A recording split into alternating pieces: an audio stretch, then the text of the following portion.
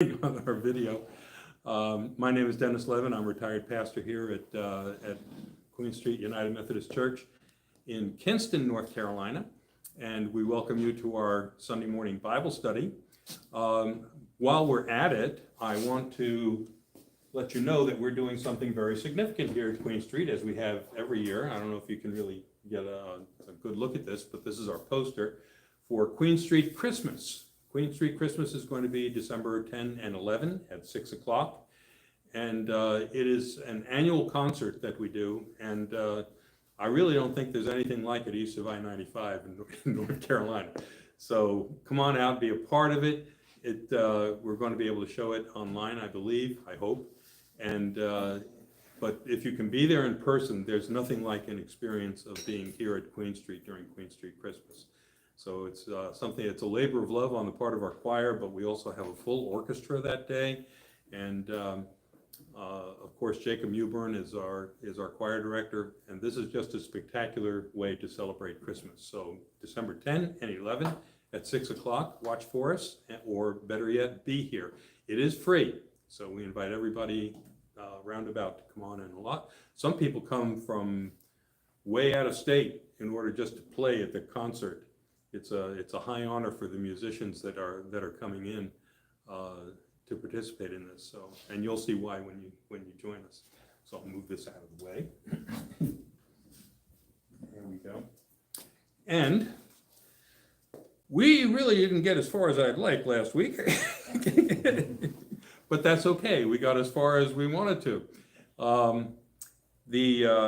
We were doing chapters 10 and 11, and I think I got just about to the end of 10, hurriedly, okay? But now we're going to get into chapter 11 and chapter 12, and I can assure you that we are not going to complete anything like all of chapter 12 today. So watch for me online. Next week, I'll be live streaming this early, and I'll be doing it from the home. So I want you to just be aware that sometime, I think, before Wednesday, I'll have this thing posted because I'll know where we left off. And please watch for it. Okay. Oh, and by the way, I sent an email out to everybody. If you're able to see this, then it's moot. But if you want to see it, you have to subscribe to the Queen Street YouTube channel. So if you find Queen Street YouTube online and there's an option to subscribe to it, if you do that, all of the videos from Queen Street will appear. All right, let's get into chapter 11. And before I get into it, I want to explain to you the relationship between chapters 11 and 12. Chapter 11 is a setup. It's like what we had in Preaching 101.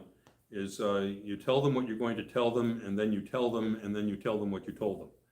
Okay, but that chapter 11 is telling you what we're going to tell you. Okay, so it's a setup. Now, it's important to realize that there are a couple of things going on in this particular episode in Exodus.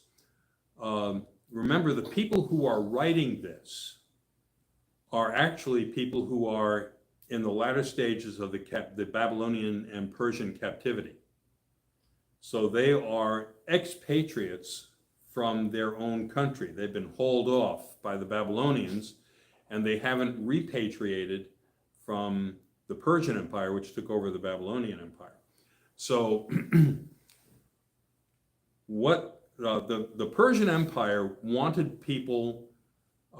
They believed in religious freedom, and not only that, but they wanted the people who lived within the Persian Empire to be able to identify and articulate what their religion was. This was not a high priority in the Babylonian captivity, but in the Persian captivity, it seems to be more evident that the Persian king wanted people not only to live their faith, but also to be able to explain their faith. So one of the reasons why you have the Pentateuch is that the Jewish community is taking whatever documents are being made available to them that were carried off in the Babylonian captivity, and they're putting together a narrative that gives an identity to their culture. Okay? So the ritual of Passover is a central theme in the Jewish religious faith, and it is a central theme in the ethnicity of the Jewish community as well. So there are two things that are at play here, and one of them is, how do you keep the memory of this event alive? Okay, so there's going to be a tremendous emphasis on the ritual of Passover. At the same time, they're trying to capture the history of Passover. Okay, the two are not necessarily the same. Okay, and what you'll see in chapters 11 and 12 is the influence of a number of writers, editors, that have come in and added to a basic story. Okay, so chapter 11, we're going to tell you what we're going to tell you. Then the Lord said to Moses, stretch out your hand toward heaven so that there may be darkness over the land of Egypt. Oh no, I'm in 11 now. The Lord said to Moses, I will bring one more plague upon Pharaoh and upon Egypt. Afterward, he will let you go from here. Okay, so God has always been telling Moses, you're not going to let go, you're not going to let go, you're not going to, and now he says, with this one, yeah, you're going to go. When he lets you go, I like that. It's not if he lets you go, it's when he lets you go. Okay. He will drive you away. Tell the people that every man is to ask his neighbor and every woman is to ask her neighbor for objects of silver and gold. All right, let's drop back 5 and punt here. Okay, the word for asked for or giving, and we're going to see this as a repeated theme, is really plunder. There is going to be a plundering of the Egyptians. This was not a, hey, can I borrow a cup of sugar kind of thing, okay? The Lord gave the people favor in the sight of the Egyptians. Boy, talk about spin.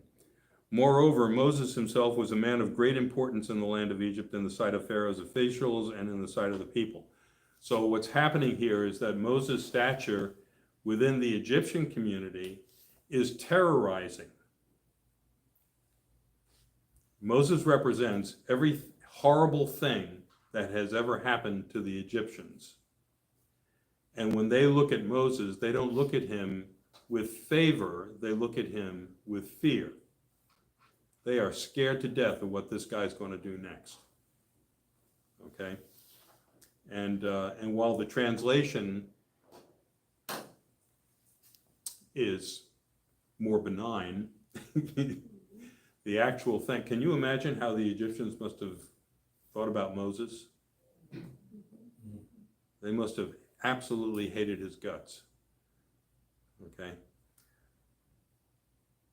Moses said, thus says the Lord, about midnight I will go out through Egypt. Every firstborn in the land of Egypt shall die, from the firstborn of Pharaoh who sits on his throne, to the firstborn of the female slave who is behind the handmill, and all the firstborn of the livestock. All right, how can this happen? There was an interesting program on the History Channel, and it's called The Naked Archaeologist. He never appeared naked in it. But he's a Jewish archaeologist, and he was doing a lot of good research on the Exodus. And one of the things that they found was that there was a cultural thing going on in that part of the world that actually persisted until modern times. The firstborn was always favored in the house. Okay, in that region, that's one of the things that happens. Okay, the firstborn is favored. And so the firstborn gets the best place to sleep in the house. The firstborn gets the best food, the firstborn gets the best this and that. And everybody else, the other children, sleep elsewhere. Well, where was the firstborn's bed? The firstborn's bed was on the ground floor, and other children slept in the upper bunks, so to speak. Okay? Firstborn male? Firstborn male, not female. Yeah. That's right. So there was an incident where there was actually a red tide infestation of a lake in North Africa. And this happened within our lifetimes. It happened just, probably a few decades ago. But this thing happened. There was a red tide incident. As a result of the red tide, there was a tremendous amount of methane gas that was produced. When the algae died, it released methane gas. The methane gas hugs the terrain. It doesn't float up into the air. And so the firstborn being on the lowest level, a lot of African boys who were firstborn were asphyxiated because they were on the first level. And so, this is a potential if all of a sudden the red tide died and you had a huge wave of methane gas being developed in that area, then, it would affect the firstborn. Now, that doesn't explain how the animals and things like that. More likely the explanation, this is me, okay?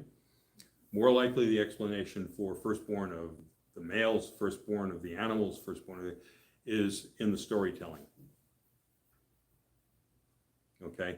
They probably had, as a result of this, a lot of animals that died. If it was killing the boys on the first floor, it was killing the animals too. Why wasn't it killing the adults? Because they were sleeping at a higher bed level or something. But I don't know. But that's one explanation. So this is all speculation. It is speculation. It is speculation. Okay.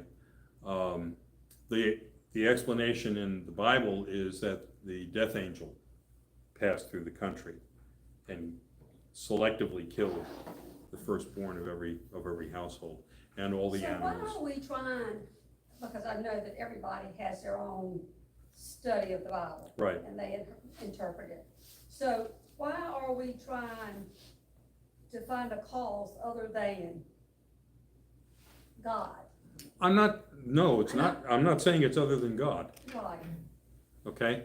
Because God controls the methane.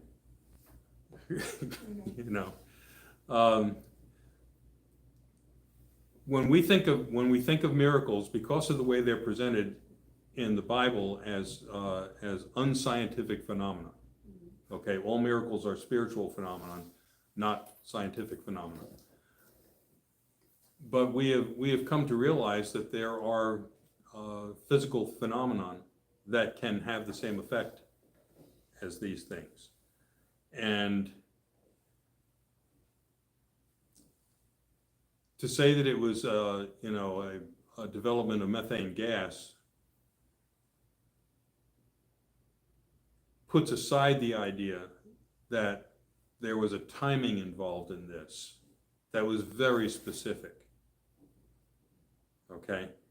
And we have to understand that God made the creation with physical laws. Okay? It's for God to do something, it isn't necessary for God to go beyond the laws that He created for the way the universe works. Okay? Now, in a 21st century explanation of these things, you see geology, you see the methane or whatever, okay, the frogs and, that progression.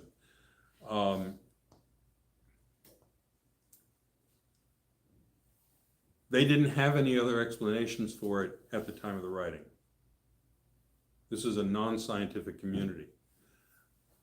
But I really think in today's culture, it makes more sense for us to demonstrate that God is in charge of all the physical elements and that these things happened in a time frame, in a timing that God chose. To me, that does not take away from the miraculous aspects of this or the way God used these events to develop a story. I agree. I just, it's just interesting to me that lots of people take the Bible and depending on who you're reading, there's a different take on what's happening. Yes.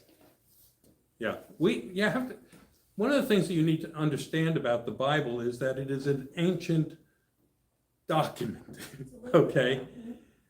And if people back then had the knowledge that we have today and could test atmospheres and things like that, they might have come to a similar conclusion.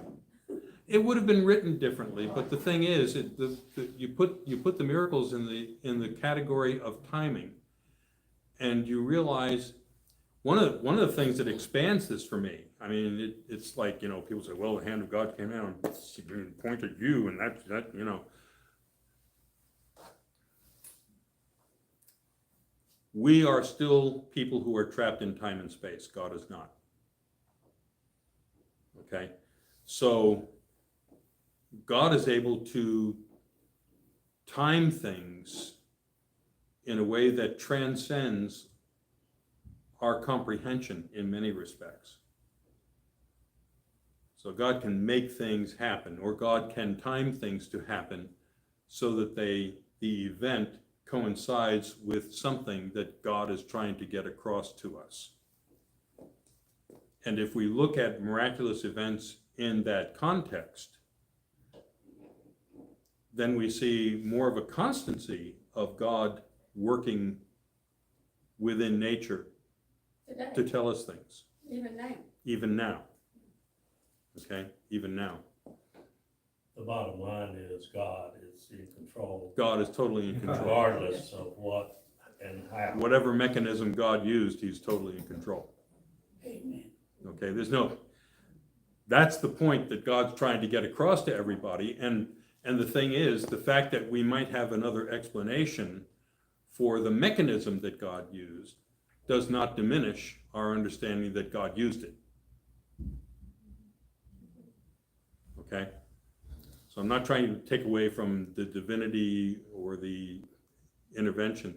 During the colonial period, a lot of our founding fathers were deists, and what they believed was that God set up the universe like a huge clockwork that would just run.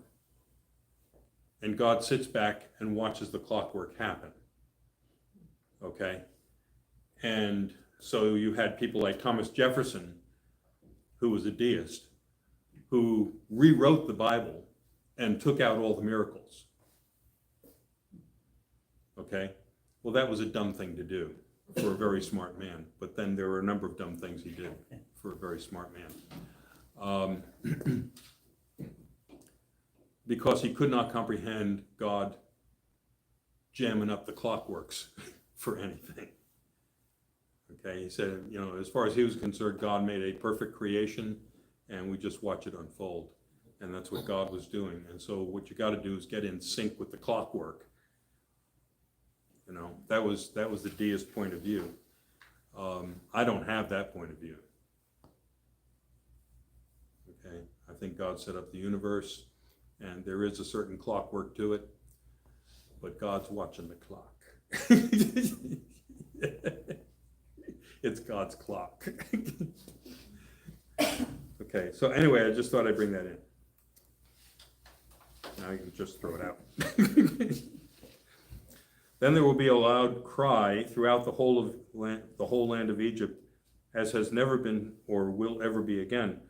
But not a dog shall growl at any of the Israelites, not at people, not at animals, so that you may know that the Lord makes distinction between Egypt and Israel. So what this means is that the people of Israel are going to be entirely safe. Okay? When they say a dog will not growl, dogs were not necessarily highly placed in Egyptian or Middle Eastern society. They still aren't. And most of the dogs are feral and vicious. About the closest I ever came to shooting at anything in Desert Storm was at a feral dog that was chasing us. But I didn't shoot it. But when they say that, it means that these people are at no risk. So that you may know the Lord makes a distinction. Then all these officials of yours shall come down to me and bow low to me, saying, leave us, you and all the people who follow you. After that I will leave. And in hot anger he left Pharaoh.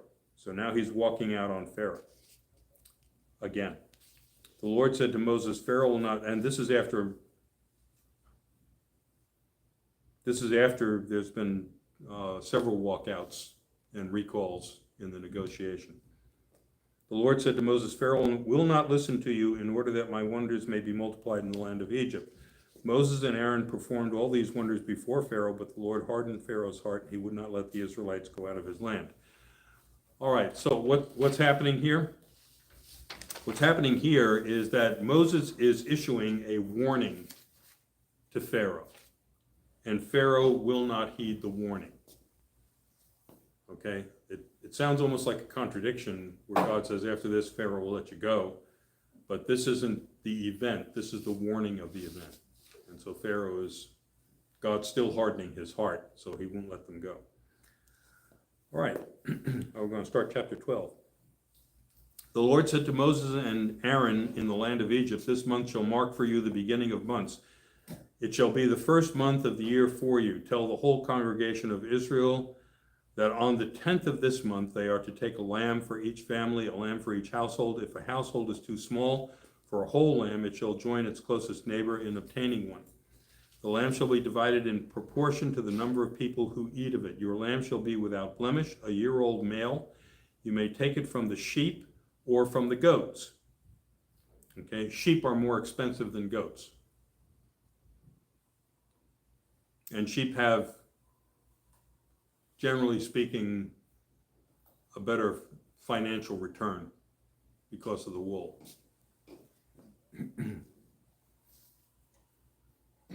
Okay, you shall keep it until the 14th day of this month. Then the whole assembled congregation of Israel shall slaughter it at twilight. They shall take some of the blood and put it on the two doorposts and the lintel of the houses in which they eat it. They shall eat the lamb that same night. They shall eat it roasted over the fire with unleavened bread and bitter herbs. Do not eat any of it raw or boiled in water, but roasted over the fire with its head, legs, and inner organs. You shall let none of it remain until morning. Anything that remains until morning you shall burn with fire. This is how you shall eat it. Your loins girded, your sandals on your feet, your staff in your hand, and you shall eat it hurriedly. It is the Passover of the Lord. All right, what's going on here? Okay. They are to keep this animal alive for 14 days. And then they're going to slaughter it. And they're going to divide it among the family. They're going to take the blood and put it on the doorpost. And you're going to get more and more detail about how this is supposed to happen, the particular ways that you put it on the doorpost, and all of that. There is a distinction in the Gospels between the Gospels that are the synoptics. These are the ones that look at things generally the same way and had a common source. The first three Gospels are called synoptics because they look at events by and large the same way, and you'll see quotes in different places that cross-link. Okay? Each one has its own agenda, and that's important. But the synoptic Gospels were written by Gentiles. The last Gospel, the Gospel of John, was written by someone who was extremely familiar with Jewish traditions, much more so than in the synoptics. And so there is a distinction that Christians make when we have the Last Supper. The presumption from the synoptics is that the Last Supper took place on Passover. In the Gospel of John, it does not take place on Passover. It takes place the day before Passover at the Feast of Preparation.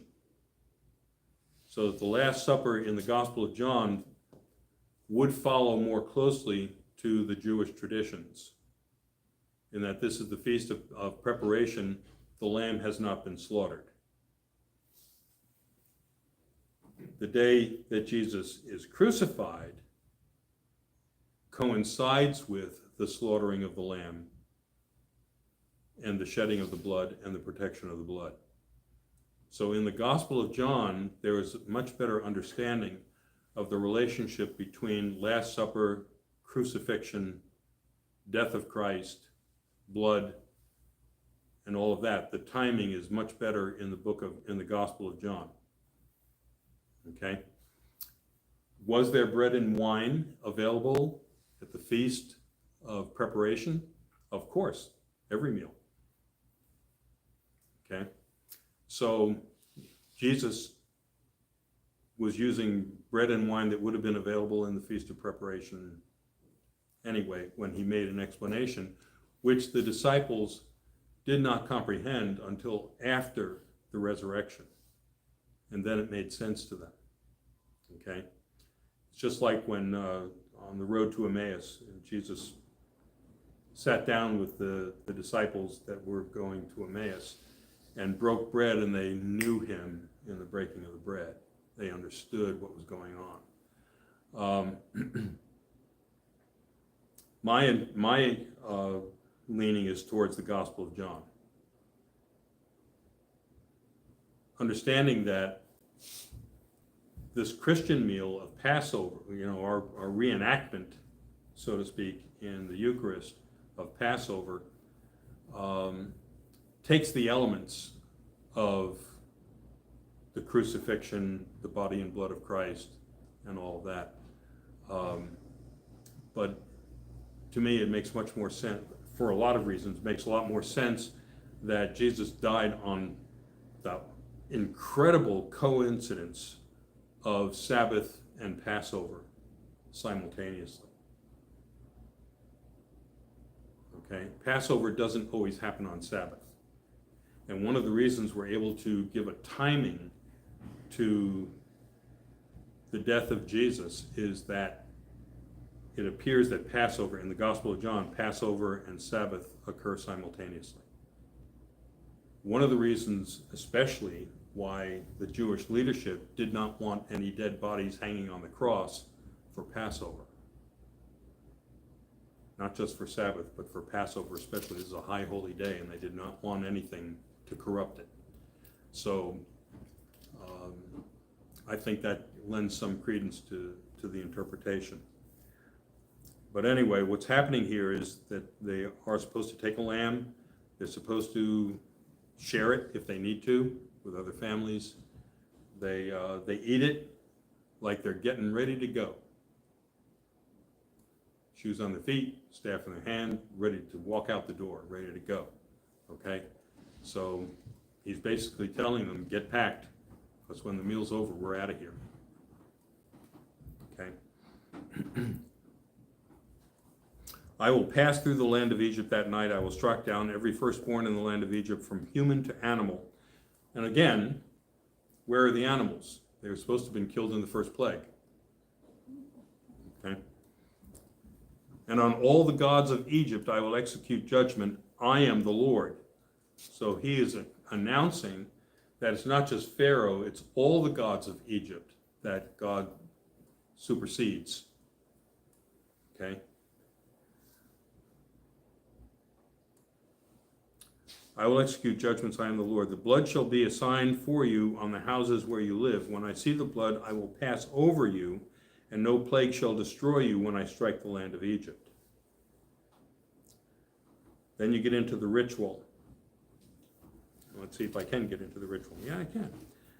This day shall be a day of remembrance for you. You shall celebrate it as a festival to the Lord. Throughout your generations you shall observe it as a perpetual ordinance. 7 days you shall eat unleavened bread. On the first day you shall remove leaven from your houses, for whoever eats leavened bread from the first day until the 7th day shall be cut off from Israel. Why are they getting rid of it?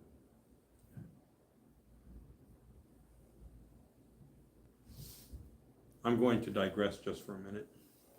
My dad was a horrible practical joker.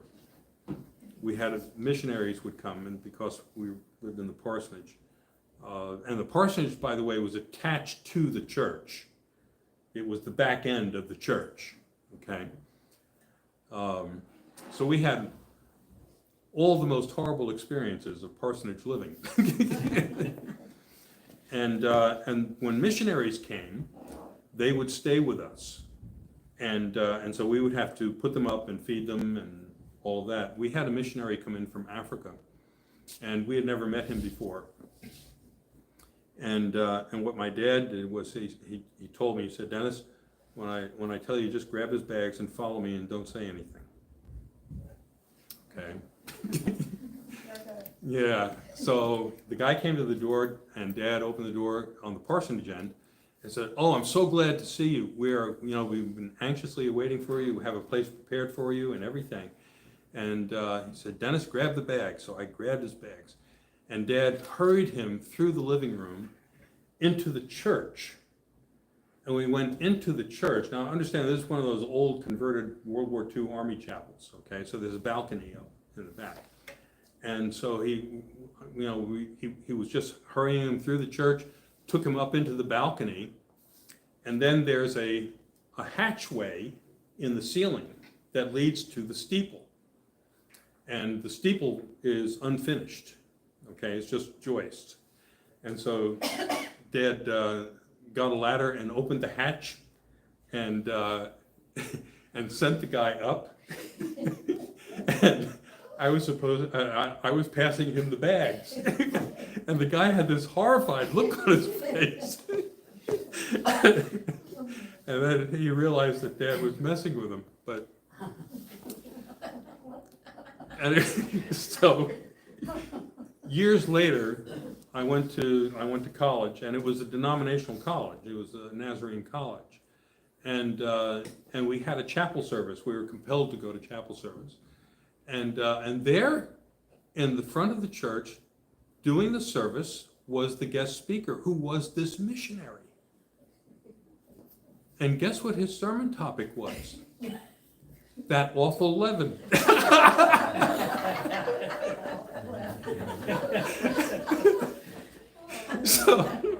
So I went up to him afterwards. I said, "I think I know where you got your sermon topic from." It's interesting. Anyway, so no leaven. Okay. All right. So we'll get into this more about unleavened bread, but basically, when you're celebrating Passover, you're supposed to use the traditional unleavened bread, which are matzahs. Okay. Back then, it was just a flatbread. And one of the things that I did whenever I was doing communion, I got away from the little wafer thing, and I used flatbread because this is more like what they were using back then. So, any questions or comments as we come to a close? Yeah. We grew up in Church of the Nazarene. In the Church of the Nazarene, communion was a remembrance. And we joined the Methodist Church, and we actually believed that it was the body and blood of Jesus Christ. Yeah, spiritually. Right, spiritually, we believe that. Mm-hmm. And I wonder why the difference there. Ooh. If we need to talk about It depends. Yeah, it depends on. It depends on the Reformation. Yes. It depends on the Reformation. Okay. In the Roman Catholic Church, there is something considered called transubstantiation, where the bread and the wine are considered to be physically transformed into the body and blood of Christ. Okay. When the Reformation happened on the mainland of Europe, there was a strong emphasis to do away with the authority of the priest, because the priest was the one who governed when the transformation took place. You know, and he would say the words "Hoc est corpus meum," this is the body of Christ, and that's where we get hocus pocus from, by the way. But and then a bell would ring, and at that point, there was transubstantiation. Okay, the priest was in charge of it. Couldn't happen without the priest. And the priest was considered to be actually redoing a sacrifice, a physical re-sacrifice of Christ in the Roman Catholic tradition. So that's why he's called a priest, and because he officiates over sacrifice. When the Reformation happened on the mainland, they got away from as much clerical authority as they possibly could.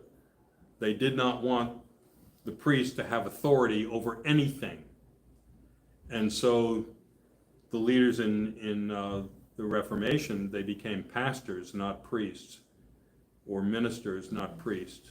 So when we do the Eucharist, we're not re-sacrificing Christ. But at the same time, we understand that Christ is present in the Eucharist, okay? But let's get back to where you were. Yeah.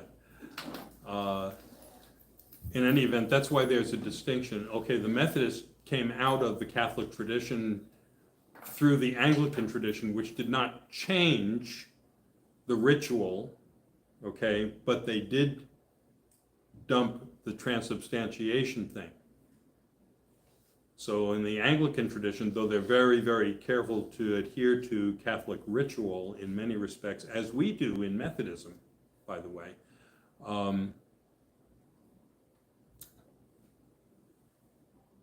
we have more of a traditional view of Eucharist. We understand Eucharist the same way the Roman Catholics do in terms of the effect that God has on the communicants. In the Reformation that dumped transubstantiation entirely along with priestly authority, it became what's called an ordinal.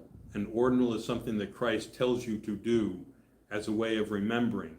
And in many respects, it's more aligned with what Passover is about, because the people are not transformed in Passover, they reaffirm their identity as the people of God.